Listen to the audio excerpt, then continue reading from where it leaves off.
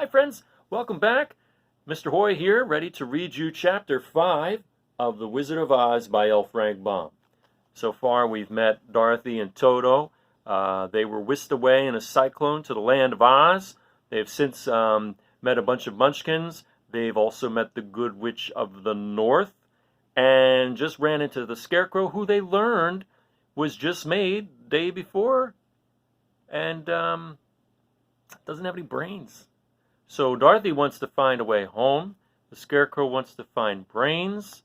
Toto's along for the ride. And they've got another companion that they're going to meet in this chapter called The Rescue of the Tin Woodman. So if you're familiar with the story, looks like we're going to meet the Tin Woodman. All right, so let's get started, okay?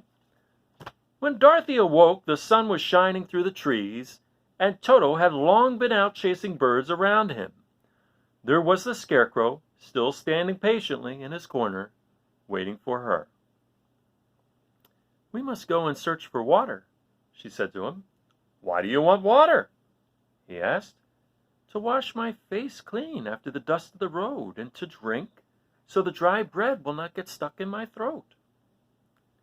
"It must be inconvenient to be made of flesh," said the Scarecrow thoughtfully, "for you must sleep and eat and drink. However, you have brains, and it's worth a lot of bother to be able to think properly." They left the cottage and walked through the trees until they found a little spring of clear water, where Dorothy drank and bathed and ate her breakfast. She saw there was not much bread left in the basket, and the girl was thankful the Scarecrow did not have to eat anything, for there was scarcely enough for herself and Toto for the day. When she had finished her meal and was about to go back to the road of yellow brick, she was startled to hear a deep groan nearby.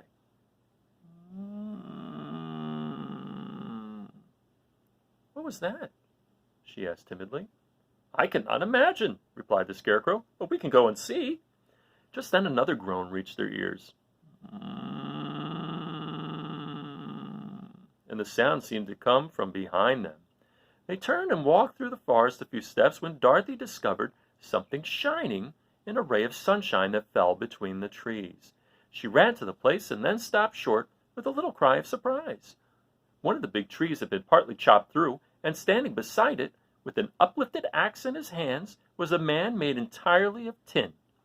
His head and arms and legs were jointed upon his body, but he stood perfectly motionless, as if he could not stir at all. Dorothy looked at him in amazement, and so did the Scarecrow, while Toto barked sharply and made a snap at the tin legs, which hurt his teeth. "Did you groan?" asked Dorothy. "Yes," answered the Tin Man, "I did. I've been groaning for more than a year, and no one has ever heard me before or come to help me." "What can I do for you?" she inquired softly, for she was moved by the sad voice in which the man spoke. "Get an oil can and oil my joints," he answered. "They are rusted so badly that I cannot move at all. If I am well oiled, I shall soon be all right again. You will find an oil can on a shelf in my cottage." Dorothy at once ran back to the cottage and found the oil can, and then she returned and asked anxiously, "Where are your joints?" "Oil my neck first," replied the Tin Woodman. So she oiled it, and as it was quite badly rusted, the Scarecrow took hold of the tin head and moved it gently from side to side until it worked freely, and then the man could turn it himself. "Now oil the joints in my arms," he said, and Dorothy oiled them, and the Scarecrow bent them carefully until they were quite free from rust and as good as new. The Tin Woodman gave a sigh of satisfaction and lowered his axe, which he leaned against a tree. "Oh, this is a great comfort," he said. "I have been holding that axe in the air ever since I rusted, and I'm glad to be able to put it down at last. Now, if you will oil the joints of my legs, I shall be all right once more." So they oiled his legs until he could move them freely, and he thanked them again and again for his release, for he seemed a very polite creature and very grateful. "I might have stood there always if you had not come along," he said, "so you have certainly saved my life. How did you happen to be here?" "We are on our way to the Emerald City to see the Great Oz," she answered, "and we stopped at your cottage to pass the night." "Why do you wish to see Oz?" he asked. "I want him to send me back to Kansas, and the Scarecrow wants him to put a few brains into his head," she replied. The Tin Woodman appeared to think deeply for a moment. Then he said, "Do you suppose Oz could give me a heart?" "Why, I guess so," Dorothy answered. "It would be as easy as to give the Scarecrow brains." "True," the Tin Woodman returned. "So if you will allow me to join your party, I will also go to the Emerald City and ask Oz to help me." "Come along," said the Scarecrow heartily, and Dorothy added that she would be pleased to have his company. So the Tin Woodman shouldered his axe, and they all passed through the forest until they came to the road that was paved with yellow brick. The Tin Woodman had asked Dorothy to put the oil can in her basket. "For," he said, "if I should get caught in the rain and rust again, I would need the oil can badly." It was a bit of good luck to have their new comrade join the party, for soon after they had begun their journey again, they came to a place where the trees and branches grew so thick over the road that the travelers could not pass. But the Tin Woodman set to work with his axe and chopped so well that soon he cleared a passage for the entire party. Dorothy was thinking so earnestly as they walked along that she did not notice when the Scarecrow stumbled into a hole and rolled over to the side of the road. Indeed, he was obliged to call to her to help him again. "Why didn't you walk around the hole?" asked the Tin Woodman. "I don't know enough," replied the Scarecrow cheerfully. "My head is stuffed with straw, you know, and that is why I am going to Oz to ask him for some brains." "Oh, I see," said the Tin Woodman. "But after all, brains are not the best things in the world." "Have you any?" inquired the Scarecrow. "No, my head is quite empty," answered the Woodman. "But once I had brains, and a heart also. So having tried them both, I should much rather have a heart." "And why is that?" asked the Scarecrow. "I will tell you my story, and then you will know." So while they were walking through the forest, the Tin Woodman told the following story. "I was born the son of a woodman who chopped down trees in the forest and sold the wood for a living. When I grew up, I too became a woodchopper, and after my father died, I took care of my old mother as long as she lived. Then I made up my mind that instead of living alone, I would marry, so that I might not become lonely. There was one of the Munchkin girls who was so beautiful that I soon grew to love her with all my heart. She, on her part, promised to marry me as soon as I could earn enough money to build a better house for her. So I set to work harder than ever. But the girl lived with an old woman who did not want her to marry anyone, for she was so lazy. She wished the girl to remain with her and do the cooking and the housework.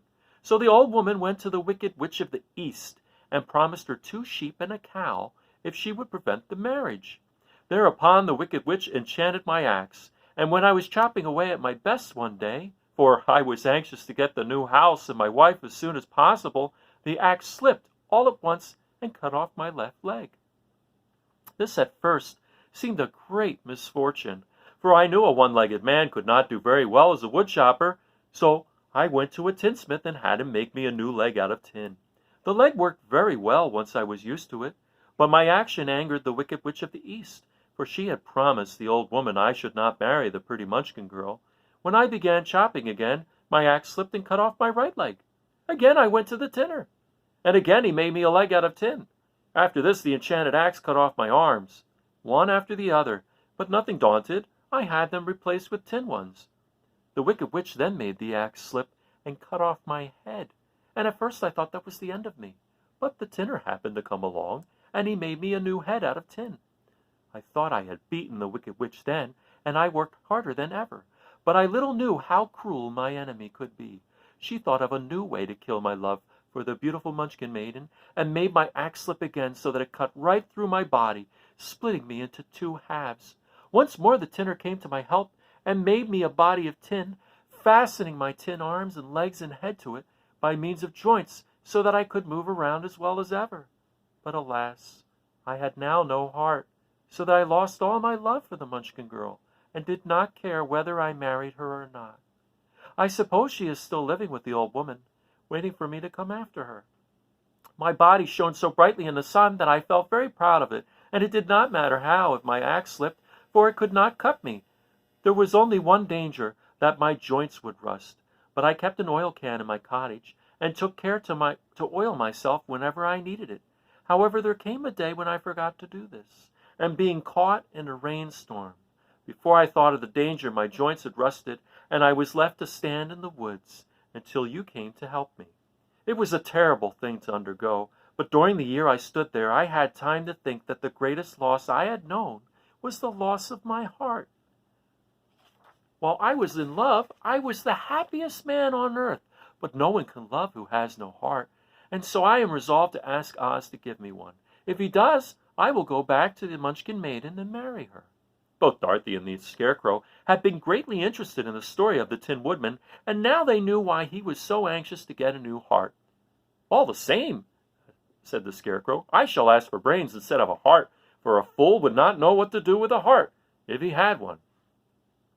"I shall take the heart," returned the Tin Woodman, "for brains do not make one happy, and happiness is the best thing in the world." Dorothy did not say anything, for she was puzzled to know which of her two friends was right, and she decided if she could only get back to Kansas and Aunt Em, it did not matter so much whether the Woodman had no brains and the Scarecrow no heart, or each got what he wanted. What worried her most was that the bread was nearly gone, and another meal for herself and Toto would empty the basket. To be sure, neither the Woodman nor the Scarecrow ever ate anything, but she was not made of tin nor straw, and could not live unless she was fed. Okay. And that is the end of Chapter 5 of The Wizard of Oz by L. Frank Baum. Now remember, we have no pictures, so if you'd like to come up with a picture and post it on the CECC PTO page underneath the video, or on my page, Ahoy with Mr. Hoy, I'd like to see them, okay? So far we have Dorothy, we have Toto, we have some of the Munchkins, we have the Good Witch of the North, we have the Tin Woodman, and the Scarecrow. And, of course, the Wicked Witch of the East, but so far we only saw her feet, right? Okay, so have a great night, and enjoy your weekend. I'll be back again tomorrow for another story, and also for Chapter 6 of The Wizard of Oz. Take care now. Bye.